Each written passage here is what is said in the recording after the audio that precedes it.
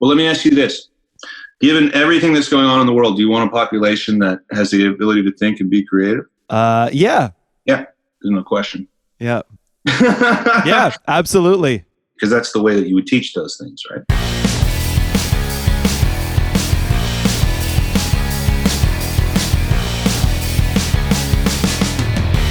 Hey, how are ya?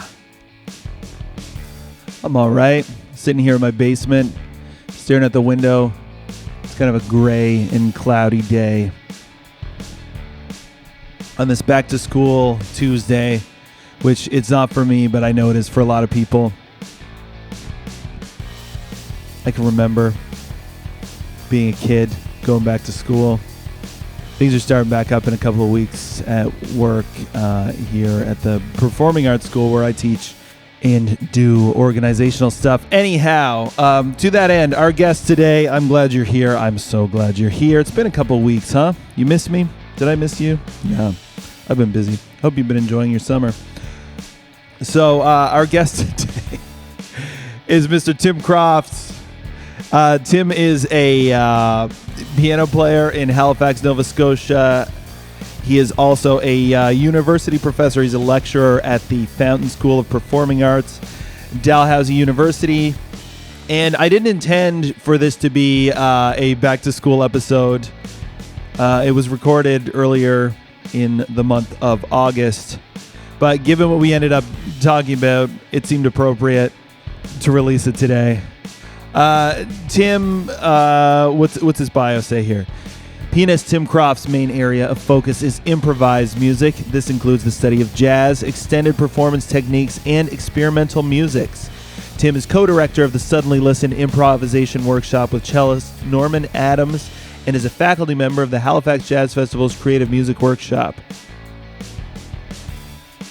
So Tim knows a ton about music in any direction you want to go. He plays extended technique. That means like playing inside the piano. I know he's done stuff where he put pool balls inside of his piano. And avant-garde, improvised music. But he, as you'll hear, he's pretty at home talking about any area of popular music. He's got school starting up today. I was in Halifax over the weekend, my first time in over a year. The city that I used to live in. It's not that far away, but things were busy last fall, and then, of course, everything was shut down for a while. So while we are enjoying this Atlantic bubble here, we went to Halifax for the weekend. It was nice to get up, see some old friends, my old haunts. You know, everything's different and weird right now. And yeah, school's starting up for a lot of people. It's going to be weird. I teach at a performing arts school and do admin work, so we got to figure all that stuff out. And also for anybody who plays music professionally, right? Like, what are you going to do for the next year, 2 years, 3 years? I saw a tweet from Shane Coyson the other day saying all his tour dates were pushed to October 2021. If you are a tech person, a live tech person, what are you going to do? We don't know.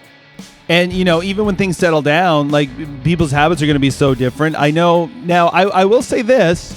The pandemic, I almost don't want to talk about it because, you know, it feels like bragging or something, or you just don't, like, want to rub it in other people's wounds. But it's kind of been good for me, gig-wise, the pandemic, gig-wise. I've been able to do a lot of things locally, and, you know, part of it is something I've been thinking about is like having the ability to do a lot of different things.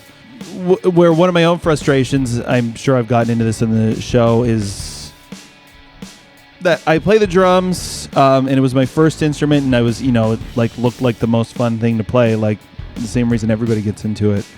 But when I was growing up, the best musicians around me always played, like, it seemed like they could just play anything. Like, I don't think I knew anybody who just played one instrument, or certainly anybody who was, like, seemed to be really accomplished during my formative years anyway. My uncle, who taught me drums initially, Also played the saxophone. You know, the other like hotshot drummers. Certainly when I was in junior high and learning, could also play guitar and things. And even within, like, if you're playing in a school situation, there's a drum kit, but there's also a whole bunch of different percussion instruments. So even there, the idea of playing a bunch of different things is already part of the deal.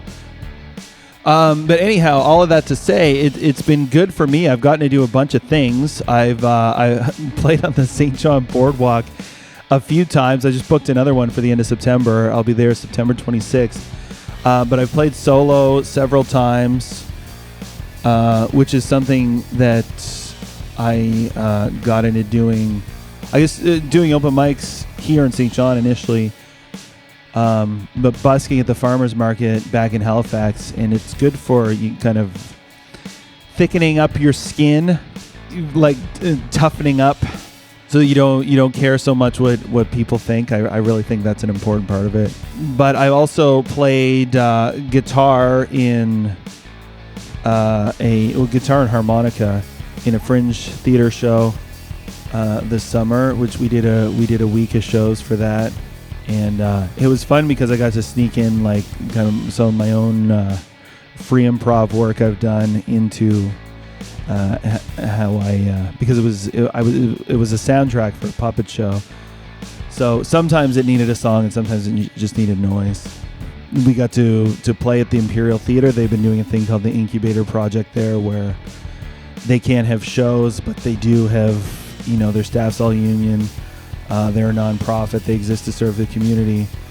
So they've been running a thing where you can book their stage for 4-hour slots, and you can rehearse on their stage, and they'll record you.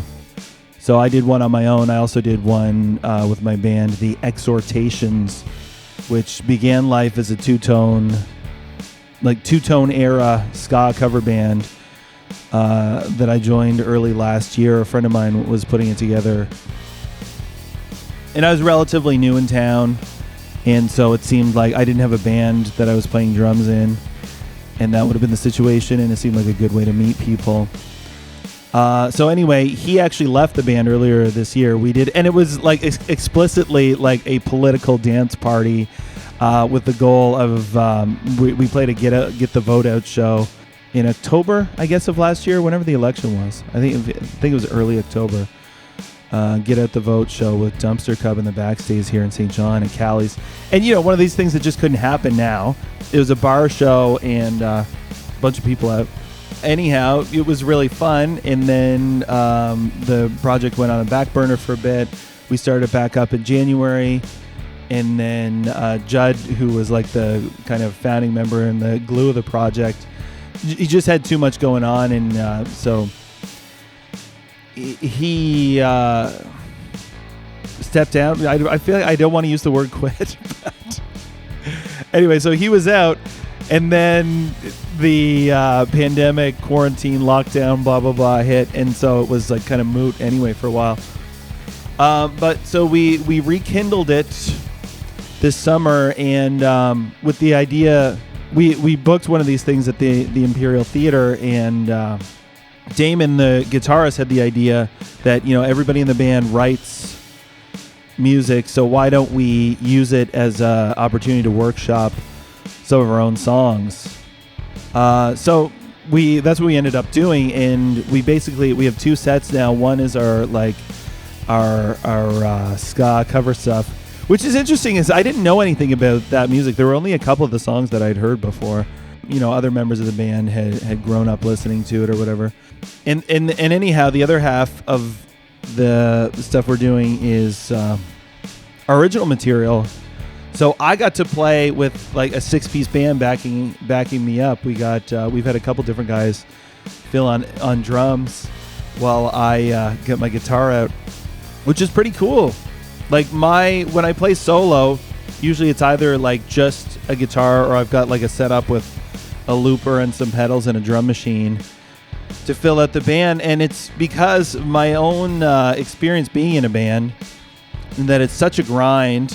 There's no money, so you can't pay anybody. So it's like rather than asking people to volunteer their time so that my project can work, I decided that I want to make it as self-contained as possible. So, I've never gotten to the point of putting a band together. I always had kind of figured that when things got big enough, when I was, playing big enough shows that my solo thing wasn't putting off enough sound or energy from the stage, then I'd hire a band, but we haven't gotten there yet, and now for obvious reasons. So yeah, we were. I was talking to Tim, and kind of you'll hear it anyway. But the drummer podcast initial idea. There was, if you want to like rip off the Mark Maron formula of like where did you grow up, there's an obvious path for that, but I feel like I don't know if I want to make everybody talk about that stuff. And then there's a whole thing of like musicians are supposed to be mysterious, although I think in this day and age that no longer exists. It certainly is a concern that I have, that I'm too transparent to my own detriment on this show rather than curating my image. Anyhow, I'll leave that for you to decide, as if you need my permission. Like, you're going to think what you're going to think anyway. It doesn't matter what I say. Does it? So this is a great conversation. It's always really great to talk to Tim. I knew that he was sort of like, kind of like wondering what, I don't know if he was apprehensive, but he wanted to know what I was going to talk about. And what's the theme? What are we trying to accomplish here? I didn't really have an answer for him, but I just knew that whatever we ended up talking about would be super interesting, because he's so knowledgeable about, like, he can tell you about classical music, he can tell you about jazz, he can tell you about, as we end up getting into, like, the history of indie rock in Halifax. Oh, and then the other thing that makes maybe our conversation timely, and even the get out the vote idea of the ska band is we've got an election coming up here the next week, provincial election in New Brunswick, a contentious election. The sitting government, I think they've got a minority. The Higgs Progressive Conservative government have got a minority government right now. It's seen by some as a cynical move to consolidate power in the middle of a pandemic, running on their own record of, look at how well we've done, what a good job we've done. And there are those who would say they just happen to be the sitting government, and we should thank our medical officials, not our politicians. I personally believe this was a kind of a Facebook discussion that came up last week. My belief here is we want to look to science people, health people, medical people, not politicians. If you are getting your advice from politicians on how to conduct yourself during a health crisis, of course you're going to be frustrated. All they can do is ask the doctors what to do. And, this is a conversation we were having yesterday too. The friend of mine who's like, I get it. It's frustrating. I don't like wearing a mask. Nobody likes wearing one, I don't think. My friend Nick was saying, he's like, you want to set the bar at, like, who is the dumbest person you know? And that's where you need to set the bar. Because without those regulations, people are either just going to assume there is no problem, or they're not going to bother to educate themselves on, how they should behave. And we've seen it too, where, people will push back against what they see as restrictive government overreach. But then as soon as things are, as soon as the rules are rolled back, then you get the other side of it, which is people trusting that, well, the government knows what's best, so if they say it's okay, it must be okay. And that's not necessarily the case. They're just responding to people who don't want them, infringing on their rights and freedoms or whatever. All right, that's all I've got to say on that subject. So I hope you enjoy this episode. This is my conversation with Mr. Tim Crofts. He's not much of a social media guy. I'll have show notes up at learndrums.ca. Oh, I put out a new song last week. Speaking of quarantine stuff, my solo project, which I'm now calling Sunnyside Uppers. I was using the name Beach Chair, which I like I like that it's annoying to say. I like sort of the vibe of it, but it's also the name of a beer that is produced by PI Brewing Company, Gahan, blah, blah, blah. They're a fairly big player here in the Maritimes. They run the Cavendish Beach Music Festival. I have not had any kind of legal issues with them, but I also don't want to. And, it's like I came up with it independently. I wasn't attempting to rip them off, but it's possible the name was rolling around my brain and I just didn't... I did look it up on Spotify. It wasn't taken there. But, and if I lived somewhere else, it wouldn't be an issue. Anyhow, I was cooking eggs one morning, and I thought, what about Sunnyside Uppers? I like that it sounds kind of cult-like. I like that it has a fun drug connotation. I kind of like the idea of just this organization selling fake happiness. But also, I just needed a name, something that wasn't taken by somebody else. And even that is taken on some social media platforms. There's an Instagram account called Sunnyside Uppers, and it's got 0 posts, maybe 0 followers. But somebody's got it. There's I don't know, a rave kind of electronic music festival in the UK called Sunnyside Up. I think on Facebook, their Sunnyside Uppers points to them. But what are you going to do? Make up a word? I don't want to. All right. You didn't come here to listen to me talk, did you? I guess you did. But my brother put out on his label, Lost Opus, out of Montreal. The comp is called From Our Homes. It is a compilation album. All proceeds go to the Native Women's Shelter of Montreal and music that people recorded themselves on their own. So speaking of drug connotations, that's what mine's about. But it's fun. It's kind of like a heavier punk song than anything I've put out in a little while. Played all the instruments, recorded myself. Felt pretty good about it. Right here in the basement where I'm talking to you right now. Okay, for real though this time. No, you hang up first. No, I'm going to hang up first. No, I'm going to hang up. All right. Good talking to you. Okay. All right. Hope you like this one. I redid learndrums.ca, show notes up there.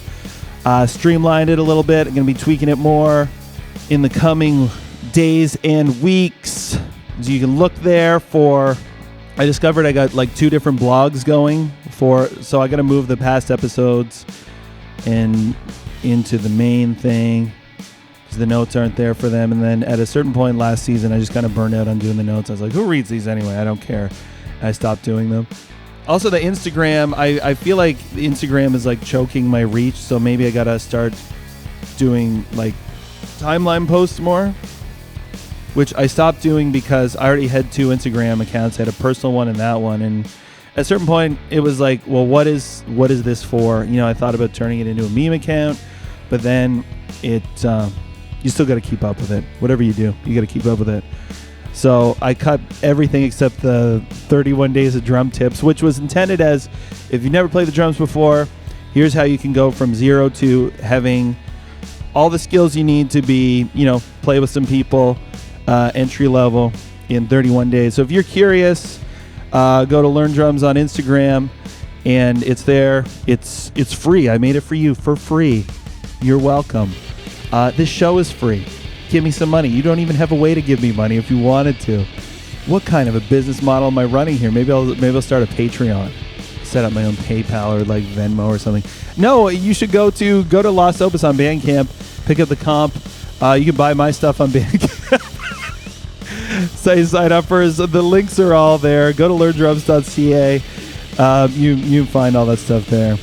All right, I'm gonna stop talking now. Enjoy, please, my conversation with Mr. Tim Crofts.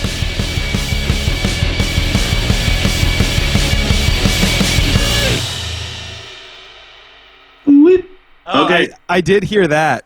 Yeah, of course, because that's what computers are like. All right, so how would you like to begin? So usually I begin. I mean, what I've done is my drummer show, and I haven't been really. I don't have a format other than kind of ripping off Mark Maron's podcast, or else we pick a topic. So, but the way that I generally begin is to ask the guest, in this case, Tim Crofts, how'd you start making music? How did I start making music? Yes. Wow.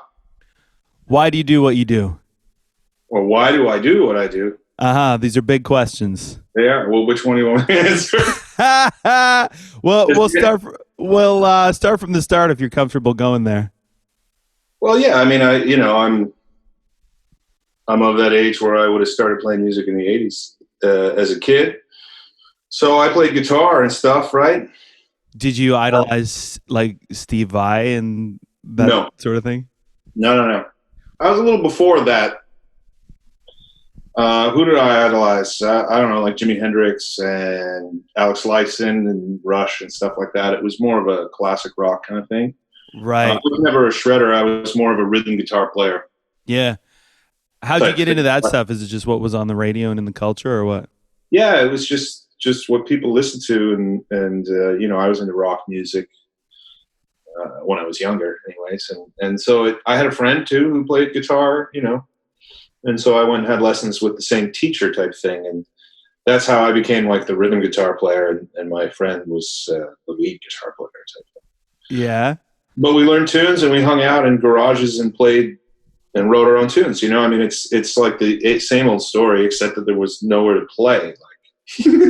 Meaning nowhere to play gigs, but you look at the 20s, it's really no different. I mean, you hang out with your buddies who want to do similar things, or want to try things and have fun playing music, and you just kind of start there. So I had a number of bands that went nowhere, but we just wrote our own tunes and kind of would hang out in a garage and put that stuff together in a variety of ways. I don't have any recordings of that stuff, luckily. I was going to ask you, say luckily.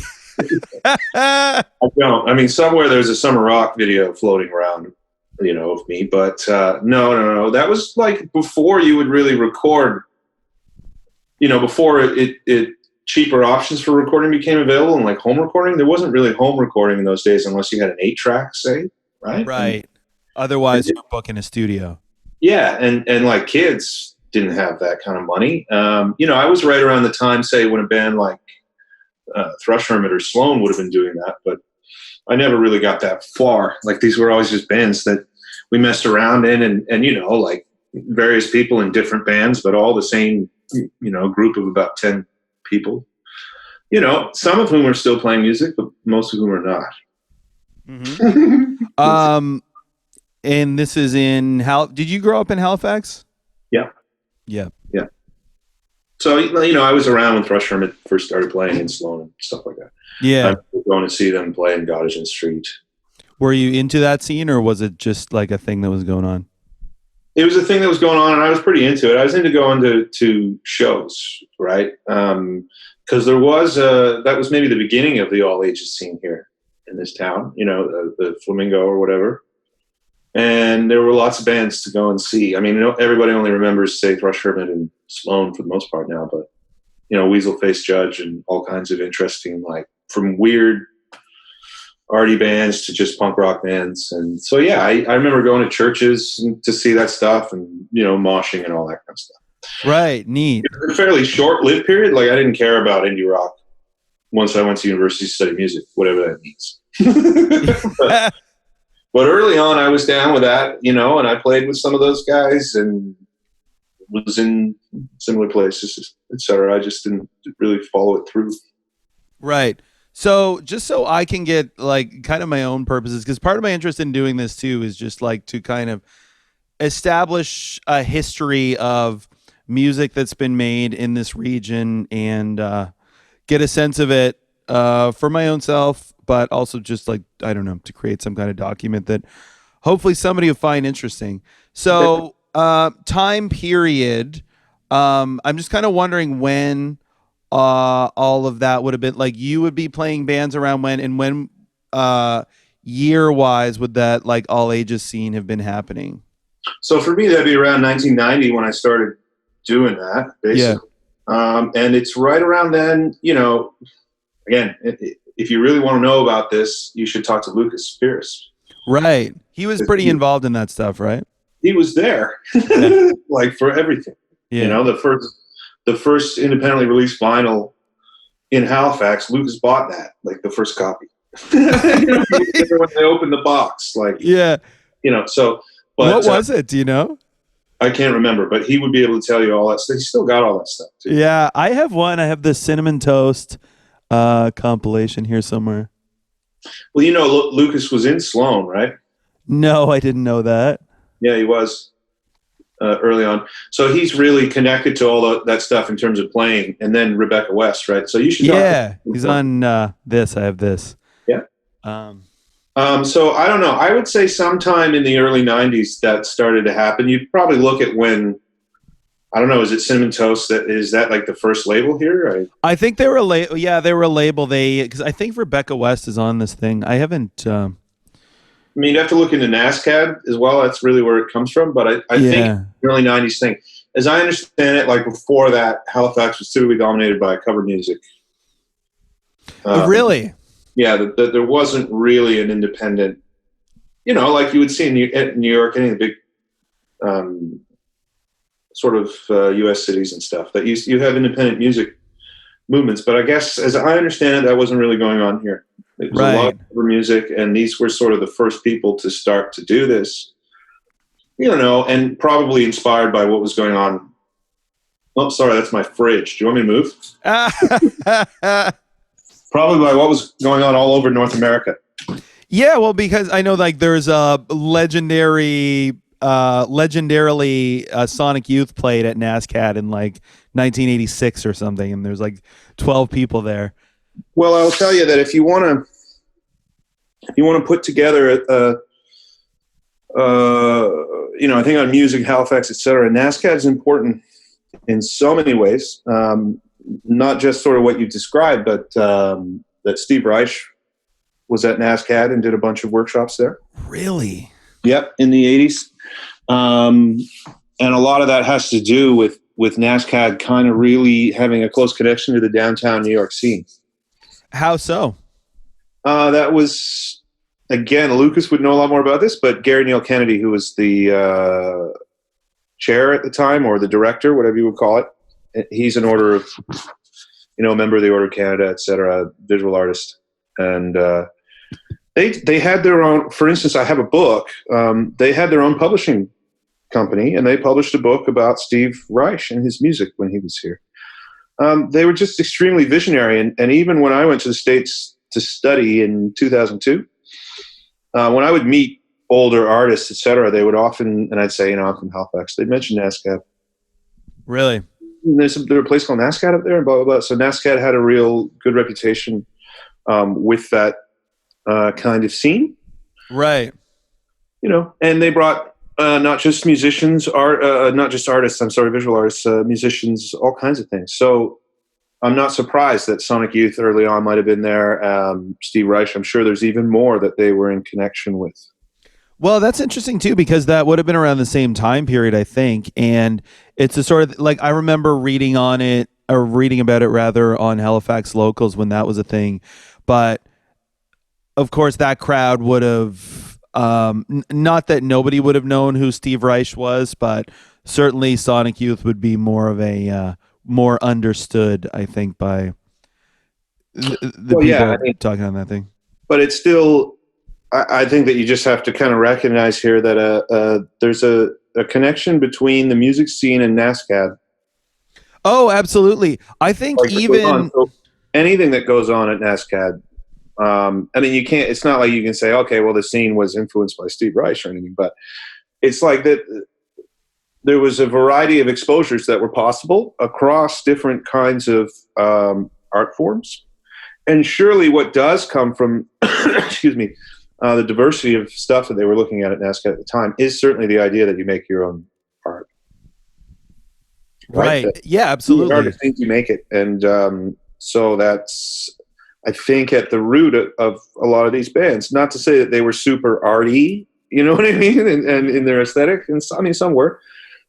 But I think it's more, sorry, a question of this idea of an independent artist is somebody who makes art in the moment based on what they have at their disposal. Right. Interesting. Well, it's interesting to me, because this is something that I hadn't thought about. It was like kind of Gavin's observation. Maybe talk to you about it too, but that he was of the view that when NSCC started the music business program, it began to have an influence on the scene within a few years, when previously the dominant influence had been NASCAD. And it was certainly something that, like, coming from Saint FX, the three of us didn't really understand, because like we show up and we're like, man, we actually know how to fucking play our instruments, you know? And like, but we're like not cool, because what is cool is like people wearing ripped sweaters and like, you know, like screaming incoherently, but they had an aesthetic and we didn't. Well, it's complex, right? Because don't forget that, like the whole mod scene in the UK, lots of them went to art schools, right? Like, absolutely. The UK education system is set up sort of that way. So members of the Rolling Stones went to art schools. When you start looking into their art school, and I mean that, like, not necessarily even in a college or university sense, just early on, it's like, and that doesn't necessarily mean they're doing airy-fairy stuff. They may be doing graphic design and costume. I mean, just look at David Bowie, you know. And so there's a whole thing about the aesthetic of that movement, right? Which, I mean, we associate with the United States, but it's actually a UK aesthetic. Like the uniforms that they wore, like the stuff that Jimi Hendrix is wearing, et cetera, et cetera. I mean, so military uniforms. Yeah, like old, like where all that stuff came from, though, were like art school kids were looking for that stuff, you know, and started to get into it. So I think that has always been a part of popular music. Like, there's just no question that how you package and deliver that, the pill, how you give it to people is important. And I'm not downplaying that music and suggesting that it's less important on any level, but that's a big part of it. Even if your aesthetic is like, well, we reject that, you know, we reject the plasticity of popular music. Well, you're still related to this kind of idea. You're still basing your thing on it. Yeah, that's still an aesthetic. Like when you look at the 70s, say, singer-songwriter thing, and that it's a very unaffected kind of music. It's natural and all this stuff. But it's still recorded using the highest quality recording gear of that time, otherwise it wouldn't sound that good, you know. Yeah, the photographs of it, yeah, they're supposed to be natural, but you know they're still choreographed. It's just so clear. Yeah. Right? So even if it's black and white, it's like shades of black and white. Even like I got into listening to Joni Mitchell's Blue recently, and I was just like looking up some stuff, and I was like, man, her eyes were so dark early on, and like they're not in her later life. And then I realized, like, no, I'm looking at black and white pictures, and the contrast has just been jacked up on them. So it's like either really black or really white, but nothing in between. So it makes her eyes look dark, and that's an effect somebody put on the picture. Yeah, and I mean that music was seen as serious music, you know, an adult kind of music. So it has. Its aesthetic is like that as well, in terms of like the cover and stuff, you know, of all that kind of thing. So I think that aesthetic is actually really important in that music. I don't know whether it's necessarily conscious, meaning I think some people just get it without understanding that they get it even. Yeah. You know what I mean? Like, I don't see it as a total formula because that formula keeps being overturned. But it's like some people just get certain things. And I mean, even if you look at a music like Parliament Funkadelic, where, I love that music. It's great music to just hang out and listen to. But there's a whole thing about what it looked like and that had actually deeper meanings than it just being music, that you've got African-American dudes wearing extremely far out costumes and talking about funk like as a liberating force, essentially, right? Like civil rights and stuff like this. So it's, but the aesthetic is part of that. And they did think about it, They thought about their costumes. That's all I'm saying. So the art school connection is a real one. It just depends on how far you want to take that. And, the certain, like the manifestation of whether you can or can't do stuff.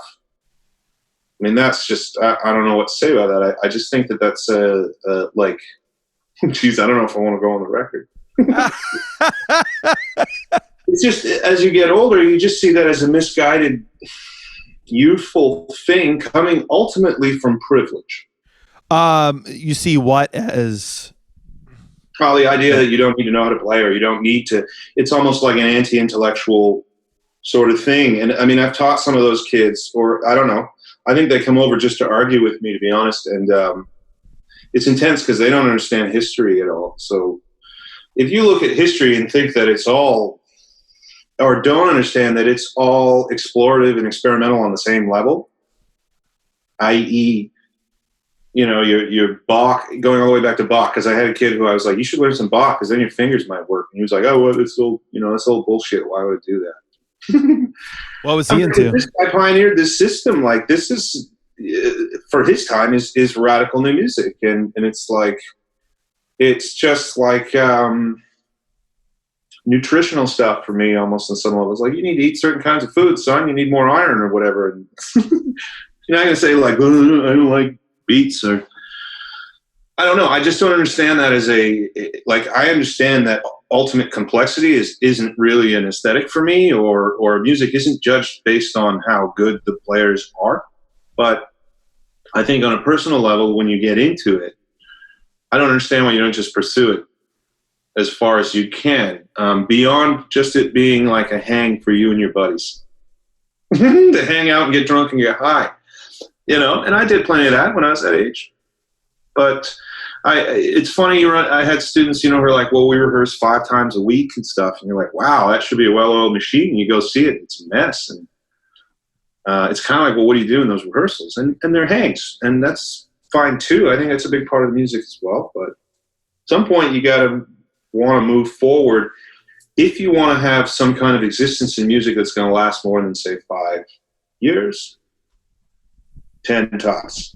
Well, and somebody, and you're similar, like, as somebody who's been around now for more than 20 years, which is hard for me to believe, but, and that's not to say I was touring for 20 years, whatever, but I've been involved playing music, etc. It's hard, right? I mean, if you just commit to sort of one concept, one idea, one band, that's a needle in a haystack sort of concept, I think. Well, and a lot of things need to line up in order for that to work. And you discover how much of it is right time, right place, how much of it is privilege, for sure. Even when it doesn't feel that way, like, because the other side of, even let's say Joni Mitchell's story, for instance, only child, her parents were reasonably well off. She went to art school for a year, dropped out. Moved to Toronto when the folk scene was happening, moved to New York, got discovered, got flown to LA, signed to a major label. The rest is history, blah, blah, blah. She gets to have a career as an artist who isn't really trying to be pop in the way that a Taylor Swift or somebody has to in order to succeed. And it's, a product of like the bubble of the era of music that was being made. But, how many people would have liked to have that career and those particular things didn't line up? Now, she is somebody who got herself from Saskatoon to New York City to get discovered. But so much of it is based on these circumstances. Well, that was a fertile time. I mean, just look at the people she associated with as well. You know, I mean, Carole King and James Taylor, Neil Young, whatever. Like, there's obviously stuff going on, and I don't know enough about that era in terms of actually dollars and cents business things, because I'm a little curious about like how many records they really sold.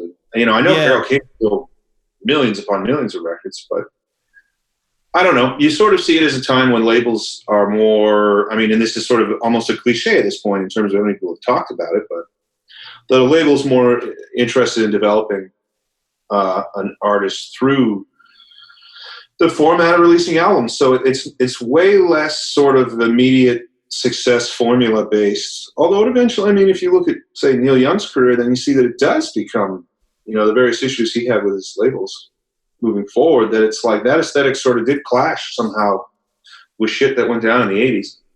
Oh, just that he got sued, but he switched labels and then got sued by Geffen for making unrepresentative art. Yeah, and then he sort of moved in a different sort of direction, but it speaks to like an event, basically a commodification of what he had helped create. Yeah, well, yeah, absolutely. And so, which I think it really is now, like that's a formula much more now than when they were sort of inventing it. And that music is like really deep, and there's lots of different, you know, instruments coming into it, and I don't know. I think that music is really great. There's no question about it, but I just don't know what's going on at the moment. I don't know if I can speak to that, but it just seems like the idea of you're going to have to develop yourself largely now, and that's not necessarily so easy. No, it's not. It's further to reach, and I think that it's more data driven now. Like at that time, it's funny. I heard an interview with what's that? Blinded Me with Science, Thomas Dolby. Oh, okay. But he was talking about that because even in the 80s when he was getting going, and he's an interesting guy too. You know, he developed a synth engine that was in computers, and I think the one that is still used in cell phones, that maybe not now, but like the ringtone on your flip phone, the thing that produced that sound was developed by Thomas Dolby. But anyhow, but he also was like an art school guy, and he went, Shane McGowan was his classmate, and just like these weird connections. But he was talking about how the music industry, it's not like you're making widgets or something. It's like you never know what's going to work because it's like you're recording something, then you put it out in the market, and it's like a match of like, you know, even if it's great, but it's not the right time, it's not going to work, or maybe it clicks. And so it's always a gamble. Whereas now I feel like people are less willing to take those risks. Although, you know, I've never been approached by a major label, so I don't really know. They debatably don't really exist on the same level. Yeah, unless you are trying to produce. But I would say that, something that's different. Again, and just something I've been thinking about recently, the 70s versus now is now it's like, especially like me, I came up during the 90s, and it's interesting that you talk about like that, like early 90s Halifax scene being the first incarnation of an all ages scene, because I'm just of the age where that's like when I was becoming aware of music, probably around junior high, really the mid 90s. And Sloan and Thrush Hermit were like, to me, they were successful bands. They were based out of Halifax. So I had no idea that this was a new phenomenon. I just figured that was normal. Cool. Yeah. You know, I mean, it's similar that if you were to look at, say, Halifax hip hop and stuff like that, a lot of the firsts are going to be in the early 90s, I'm pretty sure. Mm-hmm. Again, I'm not a scholar on that, but you know, DJ Joe Run and stuff like that, and various things.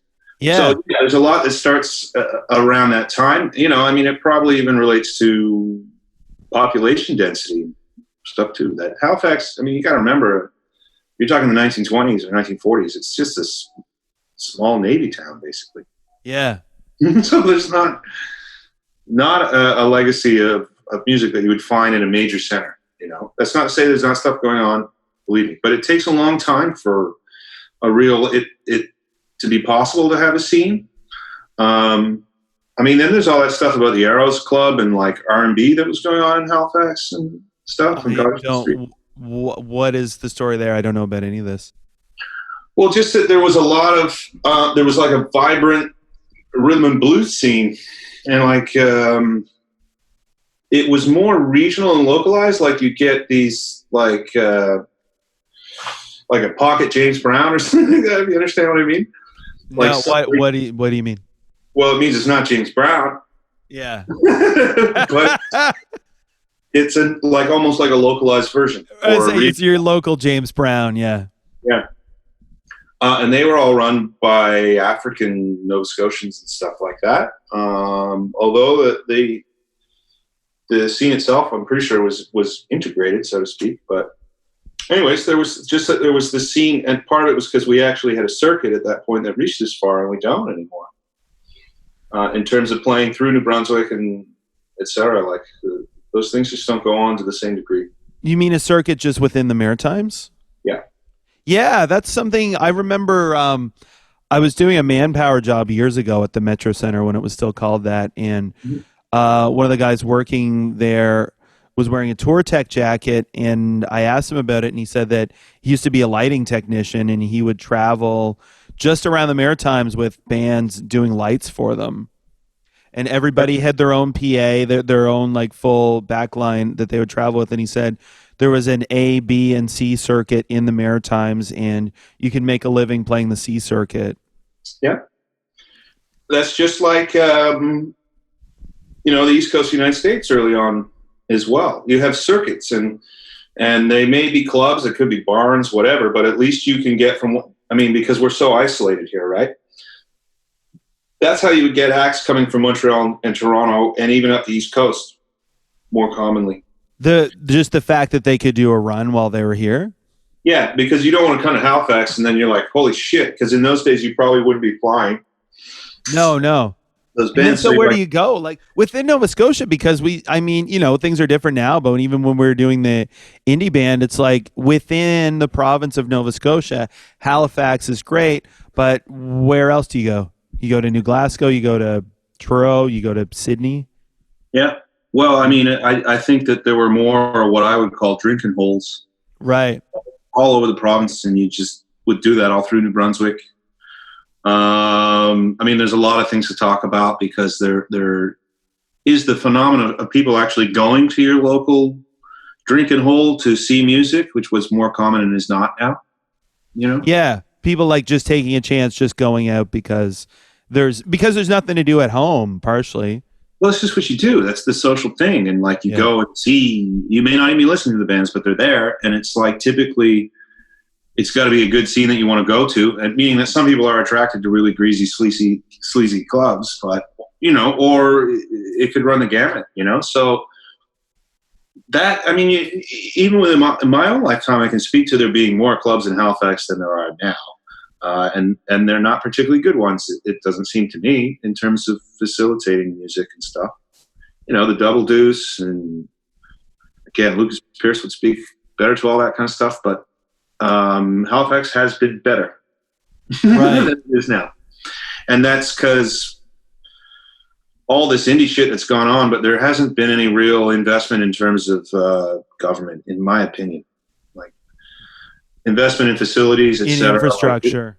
I've been saying it for years, but I don't understand why there's not some kind of performance center in Halifax that would be an all ages venue, and bands could play in, would have smaller venues in it, and maybe one large venue, and wire it to record, and basically the stuff that they do in Quebec already. Right. Have been doing for a long time. Yeah, interesting. So, because when you say performance center, my mind goes to like the Rebecca Cohen, but that's serving a particular. Well, when I say a performance center, you could call it whatever you name it after, whoever you want, but it's just a place that can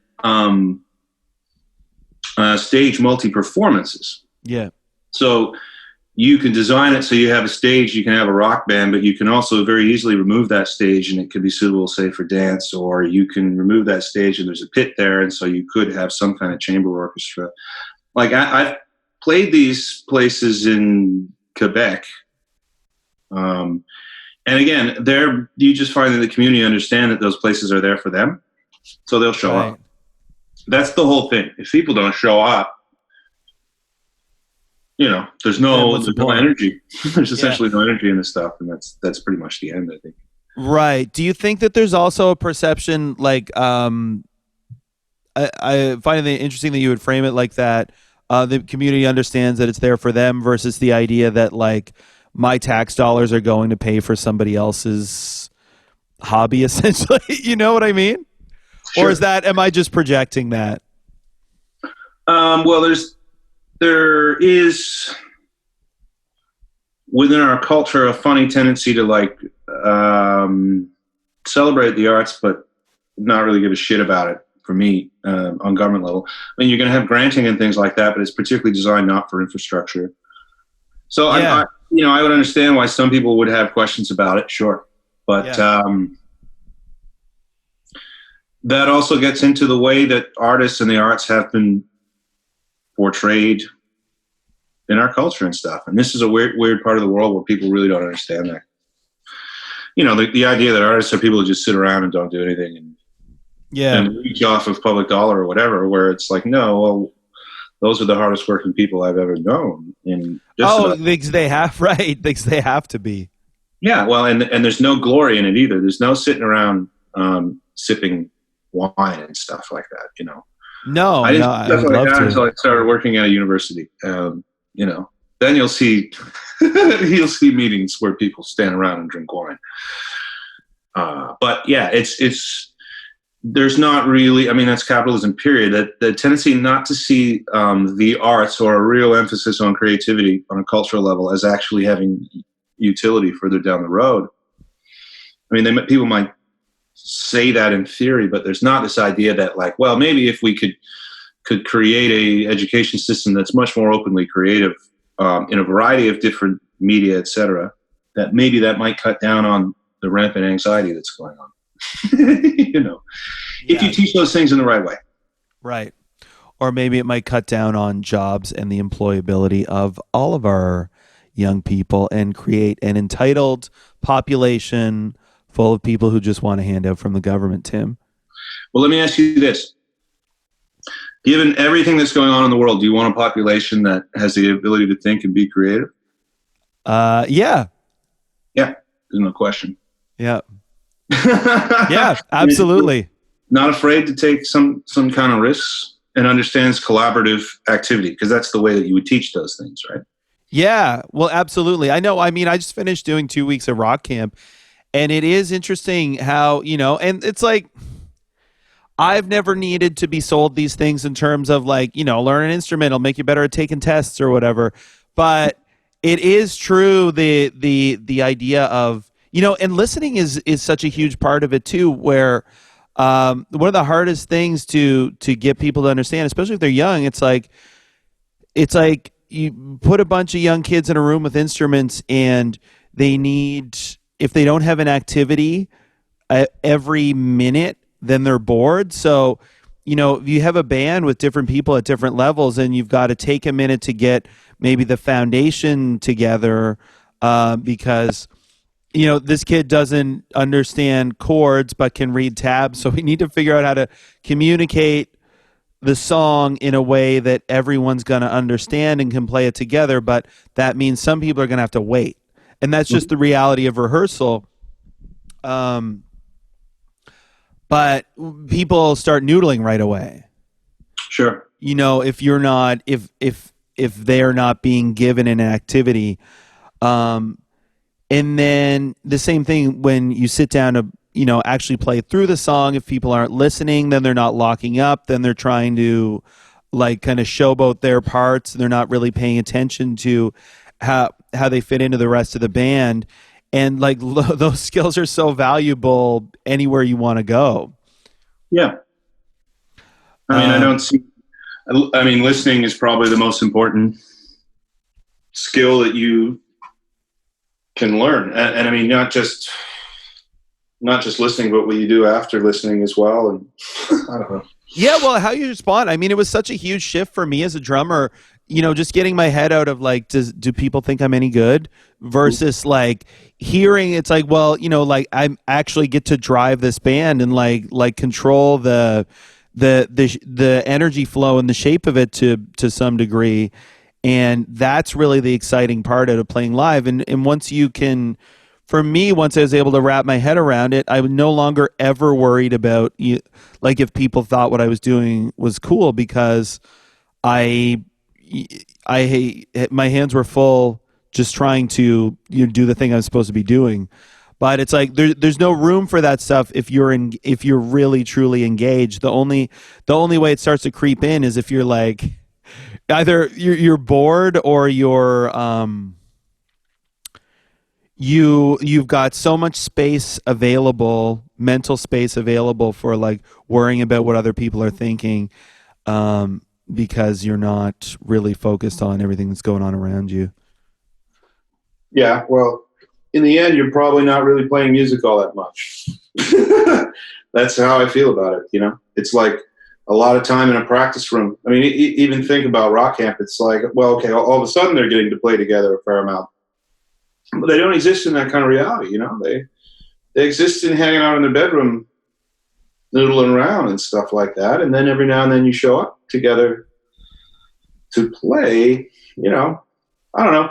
Imagine like you wanted to play soccer or something like that, but you only actually played games 2 weeks out of the year. Yeah. The rest of the time you just did drills, but not even with other kids. You just did them alone in your bedroom. And even during the game, you've got an adult standing there telling everyone what to do and telling them when to stop. Yeah, I mean, I don't know. And look, I've taken part in all kinds of that I grew up that way myself, and I've taught in a lot of institutions that are that way. But certainly at this point in my life, it's like, what about, I mean, music is a language essentially. So it's like if you immerse people in it early enough, create a system of that, and they'll be able to speak it. And then they'll, what they talk about, that's up to them to figure out. And I sort of look at it that way. But in the end, we're talking about music. I think that music isn't really seen as a very important thing. Everybody loves music, but just enough to have a Spotify account type thing. So it's like music is of very little value, and cultural value, I'd say close to none at this point. And do you think that's because there's so much of it available? Like it's just so easy to access that nobody cares about any particular occurrence of it? No one really it's pervasive. It's as pervasive as turning on your tap or something like that, right? And so that's what I mean when I say it doesn't have value. There's no longer an association with, like, say, where it comes from, who made it, and why, and even all the whole concept of royalty and it as an income stream as well, which is clearly only really seems to be advantageous for a select few, That's all I mean, that like music, people just take for granted. Like, everybody's like, I love music. And you're like, well, what kind? They're like, I don't know. I just love it all. And we're like, well, what do you listen to? Well, Bon Jovi, or, you understand what I mean? Yeah. It's this like open conception that means nothing. It's like suggesting that you like all food because you could go to the grocery store and it's all there. But, that's not really goes on. So, and for me, what's going on in terms of like, there's just not enough revenue for people playing music, etc. Like everybody seems to know this is going on. And yet there's this explosion of like, music available on the internet, streaming, etc., like more access than ever before. So there's just something strange about it. Someone will write about this like 100 years from now and maybe get it right. But I think that that's a big part of it. Like no one really thinks about what the life of a musician is. When you just press play.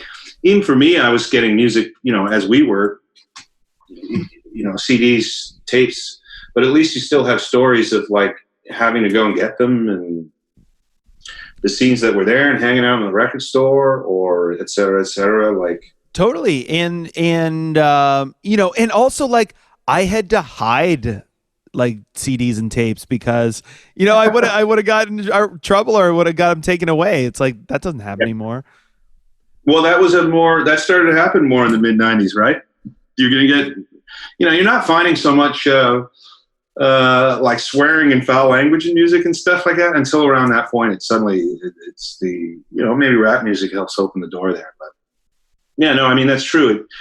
It's just that its availability is so immediate And I mean, there's all kinds of things to talk about on that level too for me, because, you know, you notice that pretty much anything you want to hear, you can go on YouTube and it's probably going to be there. Yeah. Even a lot of independent phenomena and like local dudes or just dude who plays in his freaking bathroom or bedroom. Totally. You can have a channel, you can put your stuff up there. And also it's true. I'm blown away by it sometimes. Like the only limit is your ability to think of what you could look up and your time. Mm-hmm. No, that's absolutely true. But again, it just really divorces things like I don't know. Music becomes much more of a commodity, just like cans on a shelf. Yeah. And the difference I would say too between the music and the grocery store would be like if you had a $10 a month Sobeys subscription or something and you just go in and get whatever. Right. Well, yeah, I mean, yeah, it's overwhelming. And again, I just think that no one really, you know, lots of people don't want to pay for music. They'll just use a free Spotify account or YouTube. I mean, that's even universities that they don't pay for licensing. That's why we use YouTube links. Yeah. So the bottom is falling right out of that industry. Well, and I think too the thing with streaming, according to my read on it anyway, is that it does work for the labels. They're the ones who control they have leverage because of the back catalogs that they own. And if you want to talk about, you've got, like tech people, business people developing these platforms. You've got major labels providing the content, and then everybody else just has to play in that game or be left behind. And so they are making money. Sure. Well, and it speaks to like, you spend $1, like where does it go? Yeah. Not into the community, you know? No, not in the same way. No, even if you were going down the street to your local Sam, the record man, and buying it, you know, there's still something like local about that. Totally. Well, I mean, that was a thing. Like I would, make a point in any town, and I still do, but there's less and less of them. But like going to Halifax, like going to Sam's was part of it. Yeah, no, it was a huge part of what went on. And I mean, so that's hiring local people to work there, et cetera, et cetera, et cetera.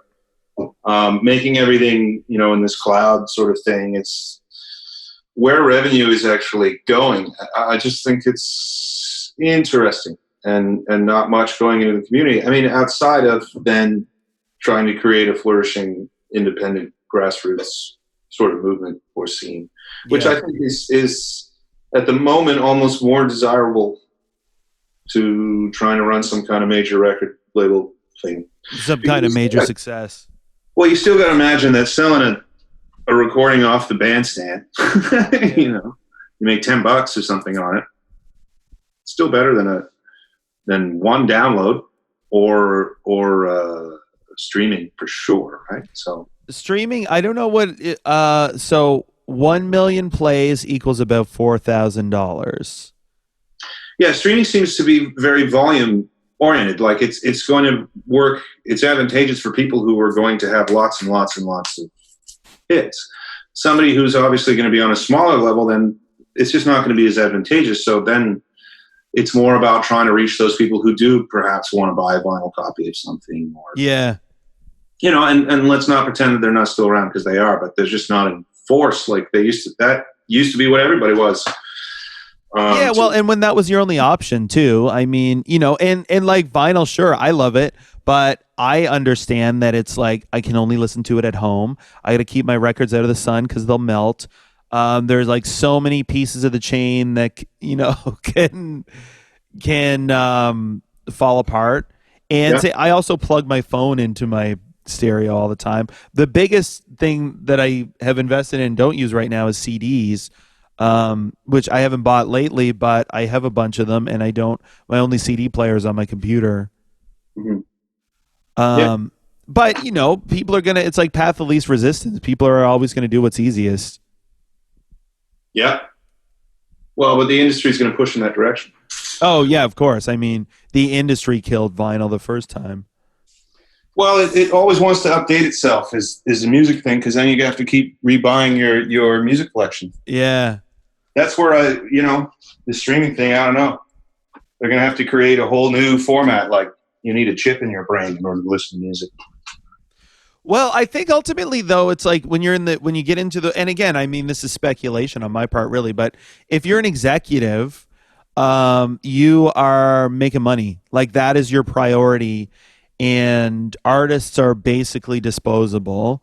So however you got to flip it this quarter, this year, to make your money, make your bonus, that's all you're really looking for. Yeah, pretty much. I think. Again, I've never worked in that. It doesn't seem to be around anymore. Like, I've never met somebody who was part of like a real big record label in terms of that, almost factory of labor thing where they do something real specific inside of that. Yeah. It's always like an artist of some kind who has to start a label in order to release their own music. And then, if it's successful enough, they might start working with some other people. Oh, I think out here, like, that's what it is, or it doesn't exist. Yeah. I mean, even CBC isn't involved so much in terms of recording music and stuff anymore. So even for me, it's like opportunities are less and less. It's increasingly becoming about granting and stuff like that. Yeah. So, but that's what it is. What it is. It's a bottomless pit of I don't know, just talking. Don't say despair. No, well, it's just like you can keep talking about it and talking about it, but it's, the internet is as pervasive as like the ocean or oxygen at this point. So, oh, absolutely. I don't see things going in another direction. It's not that I don't think it could manifest in some other positive way, because I don't understand every angle, right? Well, I think that's part of it, and the entire thing is so new, and everybody is kind of scrambling to figure out how to make it work. And I mean, it is reordering society in a lot of ways. This being one. Well, more and more people, as a platform. Of course, it's a very powerful platform because everybody can upload to it, etc. But in the end, if you create that much noise, which is to me just the like, now there's something flying outside. Yeah, I can see it. Just like all these things sounding at the same time. I mean, and part of it is that there's more music available than ever. So that to me also means it's therefore harder to find certain things. Well, and harder to care too. Like, I certainly am guilty of that. It's like I watch stuff come out. I watch my friends put things out, and I don't. And it's not that I don't want to listen, but it's more like I just can't deal with that right now. Mm-hmm. Like right at the moment. Yeah. Yeah. Well. Yeah, I haven't been paying too much attention to what people are doing, but I know they're doing stuff because you kind of have to on some level. Yeah. Okay. So let's back up a bit just for I don't know. I don't know for what purpose. I've got one, but how'd you switch from guitar to piano? I want to get, so for the listener, I want to kind of divert to what you've been doing musically for the last however long, since I've known you, for sure. Yeah, so I mean, I started playing piano when I was first in university when I was 19, although I wasn't studying music at that time. What were you studying? Science. Really? Yeah, and I wanted to go to med school. Yeah. The way a 19-year-old might, but anyways. I was going to say, yeah, Richardson being a doctor to do the work, or just like it's a good job? Oh, well, my father's a doctor. Okay. So it was more like family tradition, which is absolutely. It's super common that kids of doctors become doctors, etc. But do you come from like a long line of doctors? No, actually, my father would be the first. Yeah. But it was just one of those things. From the time I was a kid, I always excelled at science and stuff like that. So I was just told that I was going to be a doctor. That's interesting. I was always a terrible science student. Yeah, I mean, it's well, that's similar. It's often taught terribly, you know. But I was somebody who was, and I still am really into that kind of stuff. You know, but long story short is that. Sorry, give me a sec. Yeah. Long story short is that I switched to piano because I became interested in classical music, and particularly Beethoven and stuff like that. And I wanted to, I sort of had this epiphany where I wanted to study music. How did that interest come about? It's sort of mystical in a lot of ways. I mean, I think that I went on a European vacation on a Eurail trip by myself when I was 19. And, you know, it's like I'd always excelled at music, et cetera, but it was always understood that I was going to be a doctor, and that music was just sort of a good pastime to have. So I think it was a matter of kind of coming to terms with that. I hadn't really been enjoying science that much, but I also wasn't bad at it. You understand? Right. And so, you know, and everybody, like, nobody's job is fun all the time, so whatever.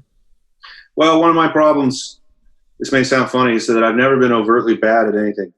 Like when you're overtly bad at stuff, but the only thing you're good at is music, you know what I mean? Yeah, it's pretty clear that that's what you should do, or will continue like that. I was like, I seemed to, you know, have the ability to do these things. So it wasn't like anybody was like, no, this guy shouldn't be in a science program. You know what I mean? Right. But I decided I want to start playing piano. I started playing piano, and that would like change my life.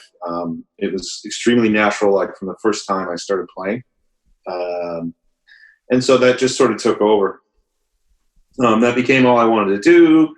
So I transitioned, and I took a year off, dropped out of science, and practiced a bunch, and then passed the audition. And then I went to music school. But all along, I didn't expect to be much of a performing pianist because I'd started so late. I saw it really as a tool to study, to understand theory, and that tradition in particular is really based around piano. Like if you there's a reason that you go and take keyboard and stuff like that. It's most of the composers are pianists.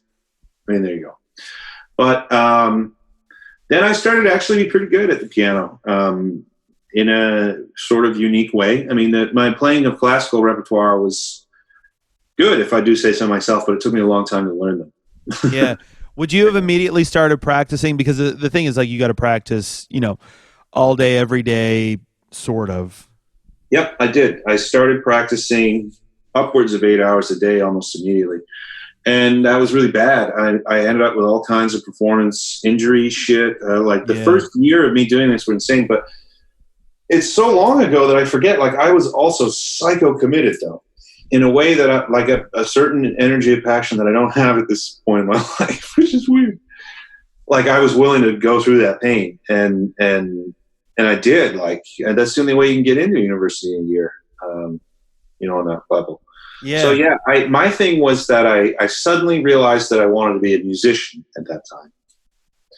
And I just sort of asked myself, okay, well, what's a musician? And I was like, well, a musician is somebody who just like deals with music all the time. So that's what I then did.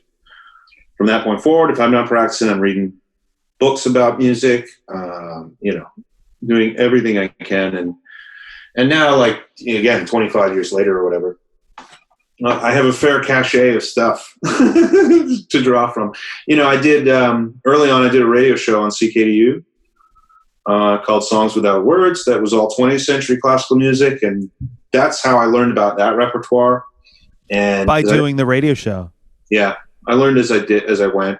I wrote scripts is how I used to do radio stuff. I'd write a script for myself. I mean, not airtight, but it would be like, I'm going to talk about this, and I'd do research and all that stuff. And cool. In a lot of ways, I learned, like, that's where I learned to research about music in a listening sense, anyways, and talk about it a lot. But part of that, again, was that I always felt then that I was going to be a very mediocre pianist, so I had to make up for that by really knowing everything else. That's just how I approached it. Wild. That's so interesting. So you got into music school in a year. Where did you go to school? So I went to Dalhousie. Yeah. At that time, I studied composition. I have a degree in composition, but I did a composition recital and piano recital and a sort of improvised music recital as well. So I moved in a lot of different directions. I turned out to be, I think, a little bit of a better pianist than anybody had really expected. Not a good chamber pianist, like not good in any reading context, but I can memorize big Beethoven sonatas and for the most part play them. I always playing that music had that issue with fingers because like kids start playing that stuff when they're so young that their fingers, the way they develop, it takes time. So I'll say that my hands didn't start to really catch up to my head until I was like in my early 30s probably. So that's like more than 10 years of studying music before that really started to come together. I had a big brain, but my hands and stuff were just hands. Well, it's funny. It's a thing that I've found because, like, now some stuff feels natural, and then once it does, you forget the effort that went into making it happen. But I certainly remember being in school and thinking that, I was never going to get there, and certain things were just impossible. And part of it is, it's funny because, like, it was less deliberate for me in a way. Like, I definitely took it on and played as much as I could from kind of a young age. But I started playing drums because my uncle was a drummer and he had a drum set and I was just interested. And then I was able to play in school, but I didn't have my own drums until I was probably 15. And I had no idea how to practice, but I had always had opportunities to play in school. I always had bands, with my friends that never necessarily made it anywhere, but we would get together. And so it had always taken up a big chunk of my life. But by the time I got to music school, I remember people telling me, like, you should be practicing an hour a day. And I was like, I don't have that kind of time. It's like, I'm finally out of my parents' house. I don't want to be sitting in a practice room all day. And that's first year. By the end of it, it's like, yeah, of course, at least an hour a day. But the other funny thing about it is, growing up, I was so glad that I didn't have to take piano lessons because I had cousins who did or whatever. And then when I got there, it was like I was awful at theory. I failed first year jazz theory twice. And, at that point, I'd wish that I had understood it. But of course, I didn't go and put in the work. I just expected it to happen somehow. Well, again, our education system is not a system. If it were a system, then piano, again, like you'd be playing it early on, but it'd be presented to you almost in that sense that like, this is so that you can do this stuff further down the road. You understand what I mean? Like it's about a process that the idea is that like no one really engaged in the process all that much until you got to university. And then it's like, oh, you need to know these things. But early on, that's what's going on. Like we have a cultural, national sort of program together that's like, we think these things are important and they feed students in this direction. Yeah. As opposed to it being about the recital or whatever too, because I knew even like playing in the school band or whatever, playing drums, none of us could ever play like the mallet parts. Yeah. Like xylophone, glockenspiel, whatever. That would always go to somebody who had taken piano lessons because they could actually read it. Yeah, sure. And then the rest of us would just, it's like snare drum, timpani, whatever. Those would be like kind of the coveted parts in that context. But the other part of it is like, for me, it's like I'm, working on modes of the melodic minor scale as a drummer. It's like, I just don't care. I don't use this stuff.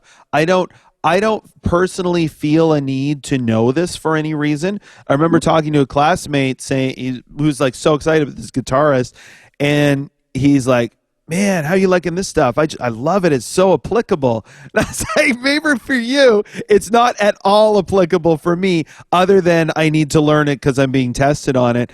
And so, you'll do that or you won't. I decided that I wouldn't, but that's not the right motivation anyway. If I'm learning something because it's on a test, it's like I don't fundamentally care about it. Sure. Well, it just speaks to a lack of holistic thinking, because the truth is that drummers really need to know about that. If you're a musician, sure. if you're going to function in a context where it's used, because otherwise you're the ignoramus in the band. So, I'm not saying that drummers should do tons of theory. Yeah. You need to know how to use it, as in start the way you use theory is to write tunes. Well, yes, you need a way more context where you are.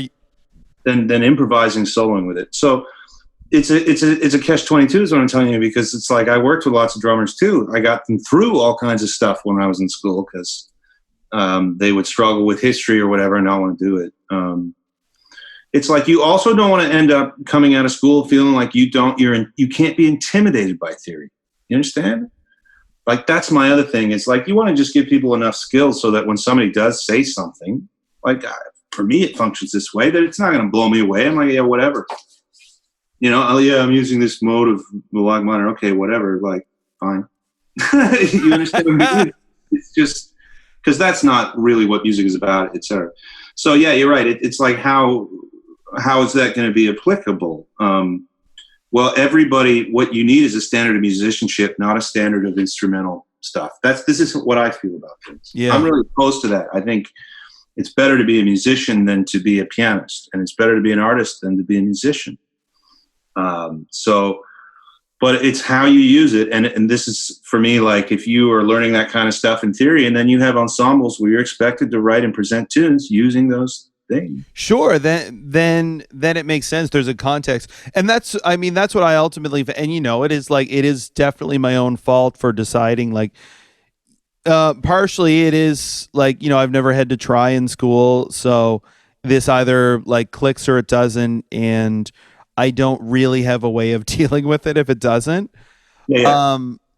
Like I'm not suggesting that you went the wrong direction. I mean, I've seen stuff happen time and time again, but I think that in the same way, right, that for me as a pianist, I realized after I had an undergraduate degree in music and I knew very little about rhythm, and so I went and worked with Bob Moses and stuff during my graduate studies. Like I started working with drummers on rhythmic things. Like you have to round out, I think, what's going on. And, there's no question, like if somebody can play, they can play, and I've played with lots of great drummers who might not have known the modes of this, that, or the other. But all I mean is like, there tends to be this attitude of rejection of things. And I'm just, that's not really me. I think it's about how those things are presented. That's always my issue. I don't think the game's the issue. Sometimes I think it's the players, right? Yeah. Being bad instructors. And, bad theory instructors are about as pervasive as bad math teachers. Sure. I would say like myself, the first time I took it, I didn't really get it and I didn't put in any work to try to get it. The second time I took it, our teacher told the class, my job is not to make sure you understand. My job is just to present the material. Go figure it out. And yeah. And so again, it was totally an attitude of rejection on my part with that stuff. But then you do end up being kind of like intimidated or embarrassed about it. It's like, well, I am the only guy in the room who doesn't understand this stuff.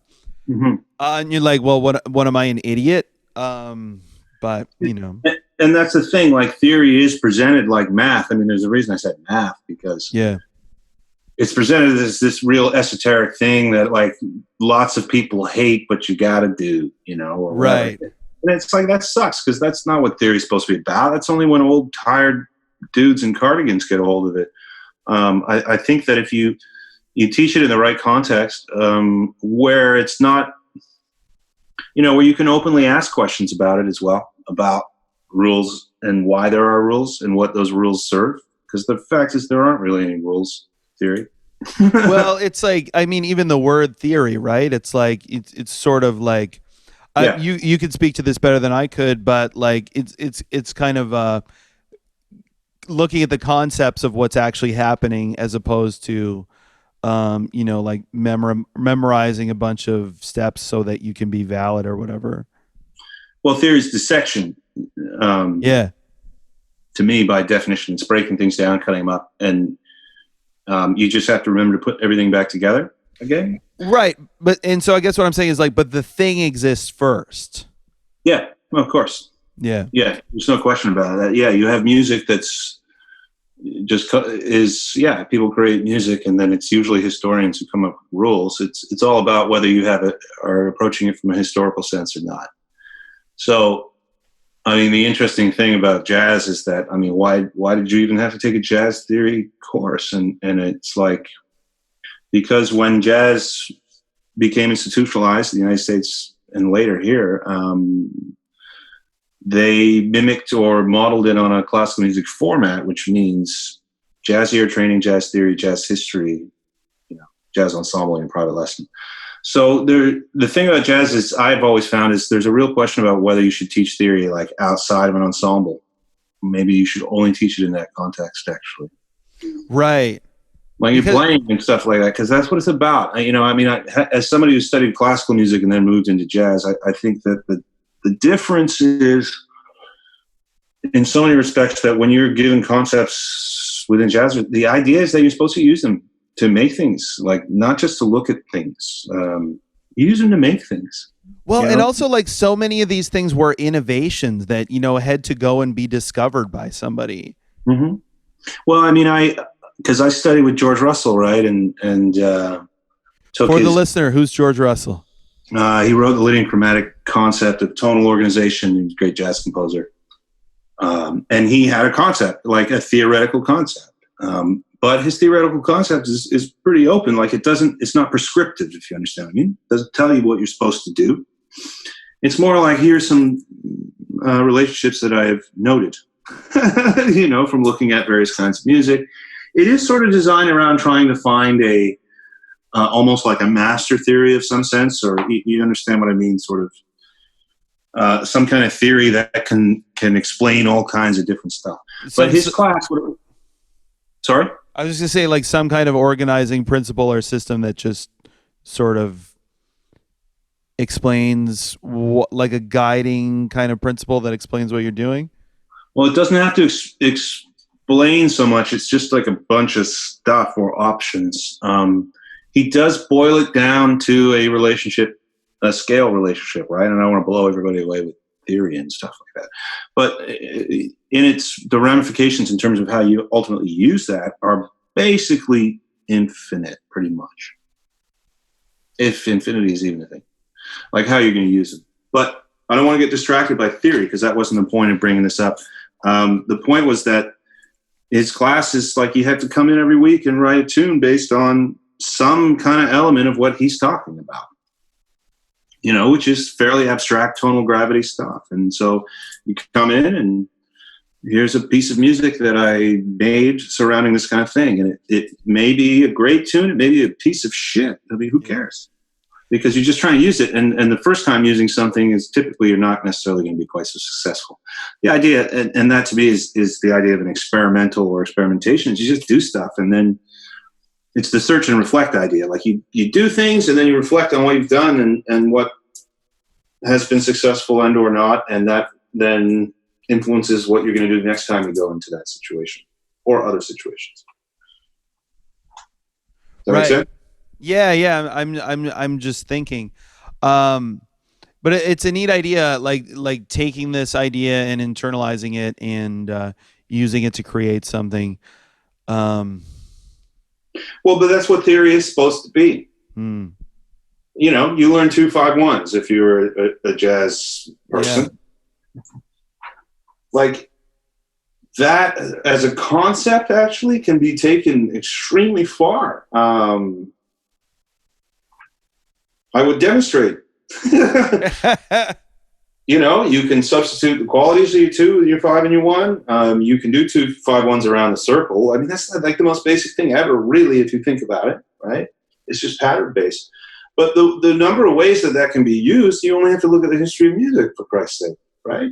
And like Tin Pan Alley writing, et cetera, et cetera. So it's like all these things are deep, and it's like when you get into, if you try to write like a standard, based around a real 2-5-1 diatonic progression, say in the style of, I don't know, Irving Berlin or whatever, you realize that's really fucking hard, right? Like it's a small piece of 32 bars or whatever, compared to say a giant Beethoven symphony or whatever. But there's all the different kind of skills that go into that. And at least when you engage that, even if you're like, man, I have no desire to play standards, which I don't really all that much.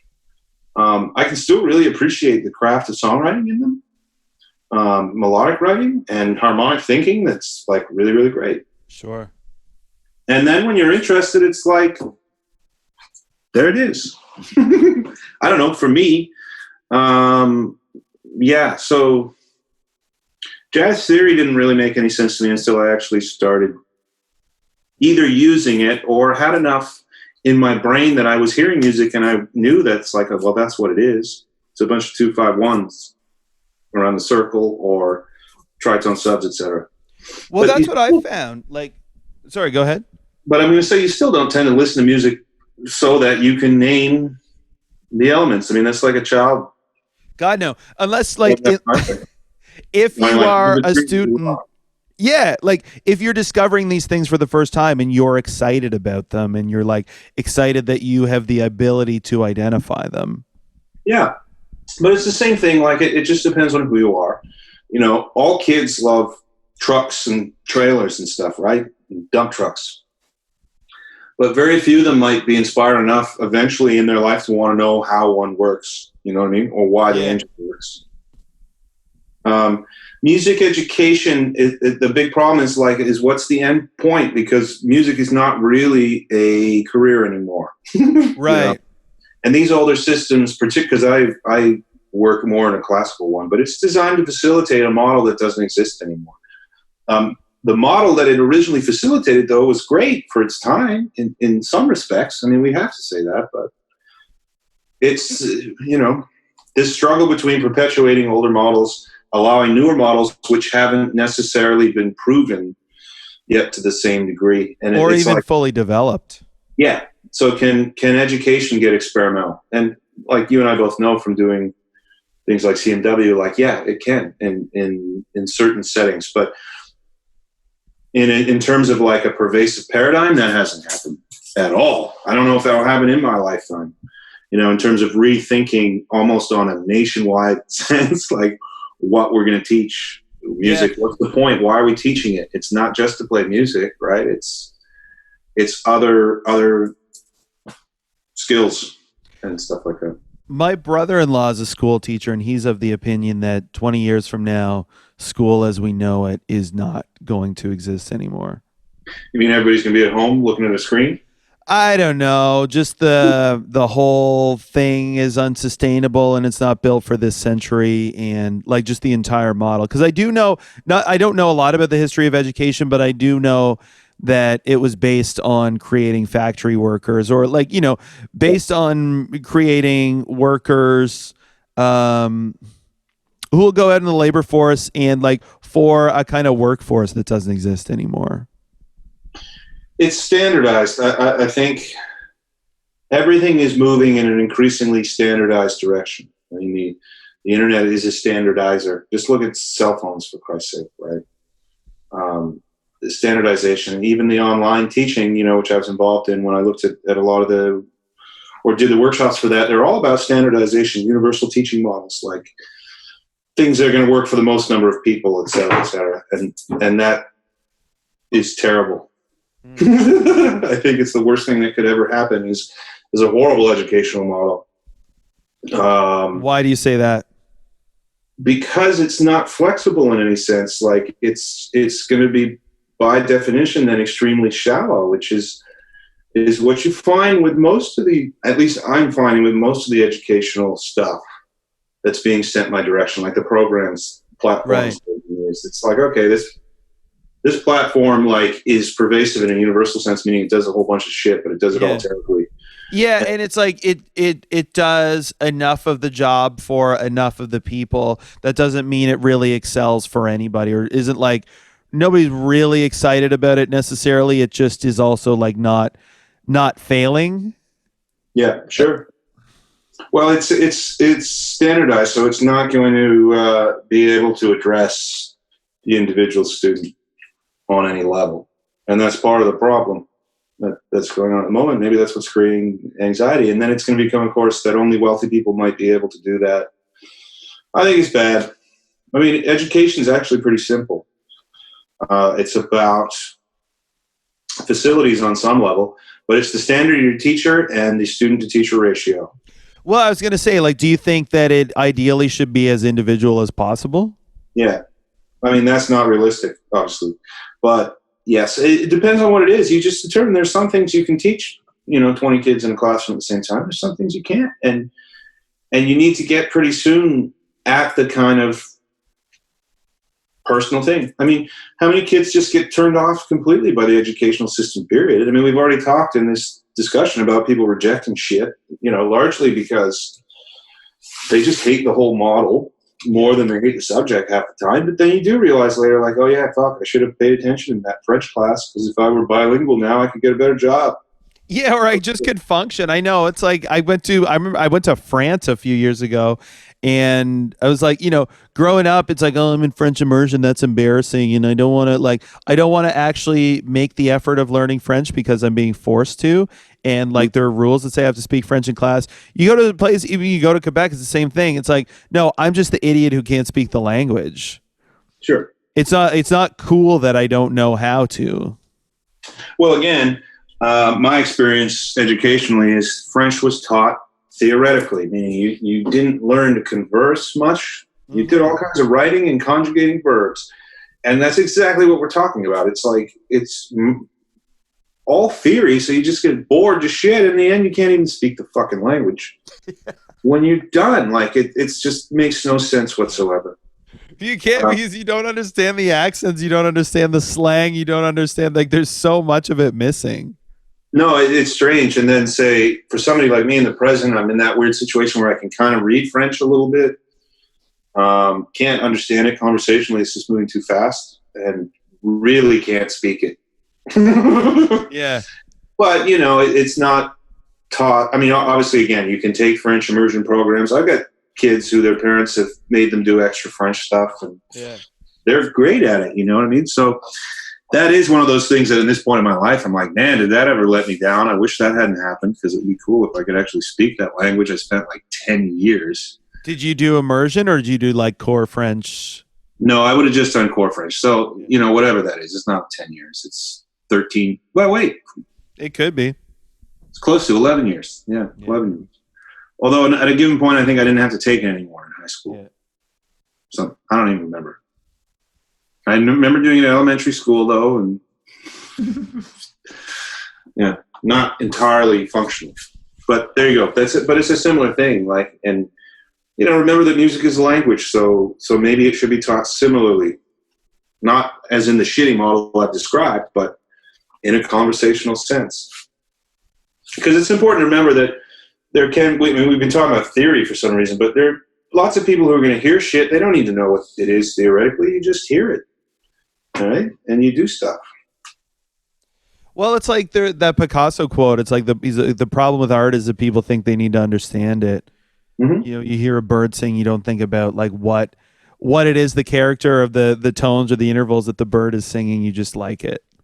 That's true, but some people do study the bird song, and I have. Oh, dude, I'm like working on a show for the Fringe Festival here that a friend of mine is putting on. I'm doing the music for it, and it's based on a Brothers Grimm story. It was like the Wren and the Bear is a story, but she's like, yeah, so it'd be cool if you could do like a bird sound on the guitar. And I looked up like, what does a wren sound like? And it's like, I can't figure that out. Well, I mean, bird song was used by lots of composers, and Eric Dolphy was really into bird song. You can look at bird song studies, and what they do in terms of rhythm and pitch is really interesting. And it's not that they don't have formulas and stuff as well. They really do. But it's like if you're looking for newer material, some people will leave no stone unturned, except people have already got to birds. You can read, you can look at Messiaen's study on them, and he wrote out a whole bunch of bird song stuff if you want. Who is that? He's a French composer, Messiaen. Okay, I'm not familiar. Oh, he's great. You should check him out. But he used lots of bird song. He's got a piece called Oiseaux Exotiques, exotic birds. Yeah, and it's interesting, weird, like rhythmical stuff that he does and things. He liked birds. He went around cataloging birds and things. So they're all really very specific to certain birds in certain regions of France. Yep. Well, that's what I found too. Even and like you hear it in short bursts in this Wren, where it's like it's a weird, like weird pitch, weird rhythm, but it's very specific. It's very repetitive. It's like a couple of patterns. And then the other thing I noticed, just kind of walking through the park, and this was especially when quarantine was happening, and I would like make myself get out of the house. There's a big park near here, and I just would listen to the different birds, and it's like they are communicating. I don't know what they're saying, but there are very specific sounds coming out of each kind of group of birds. And yeah, very often related to the time of day. Really? Yes, they make it like certainly sunrise and sunset. You find that birds do, because that sometimes is. I mean, again, whether they're communicating, et cetera, or where they're also just sort of going like, "Yeah, I'm fucking alive." Yeah. And morning. You know. Well, yeah, it's funny. It's so interesting. I mean, it is even the thing. I like have certainly had the experience of like looking at the sky, maybe during sunset, and there's like clouds that are all different colors. And just thinking like nothing I will ever make is as interesting and complex and beautiful as this. I just have to hope people don't notice. Yeah, well, that's a tall order if you're trying to match the cosmos. Sure, yeah. Yeah. I'm going to have to get going here pretty soon. Oh, it's cool. I was thinking that too. My sort of 2 p.m. was kind of the cutoff I had in mind, but thanks so much, man. No problem, man. Good to see you. You too.